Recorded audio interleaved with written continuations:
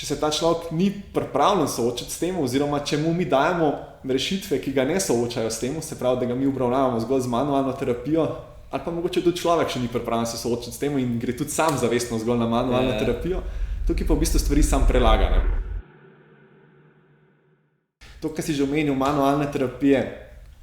ne, da je ta zadeva čisto nepotrebna, pač včasih je nujno potrebna. Ja, in to je v bistvu velikokrat tudi ena od stvari, ki so v bistvu nujno potrebne na poti do tega, da človeka spravimo ven iz bolečin, ker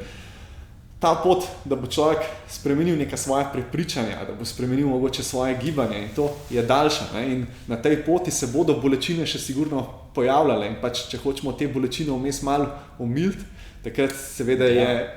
ena taka zelo pomembna zadeva. Je pa problem,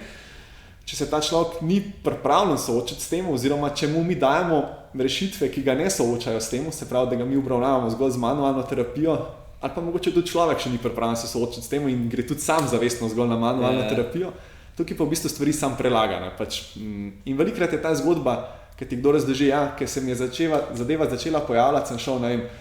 na masažo ali pa recimo temu neko manualno obravnavo enkrat na pol leta, potem se je to stopnjevalo na 2-3 mesece. In prišlo do tega, da je enkrat tedensko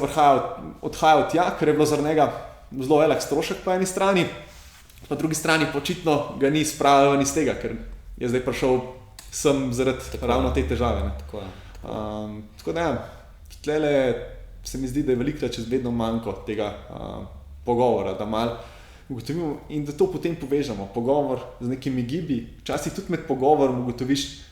kaj se dogaja, ko ta človek govori o neki stvari, mogoče čisto leze že v nek položaj, vidiš mogoče, kako je neke stvari vplivajo na njegova čustva,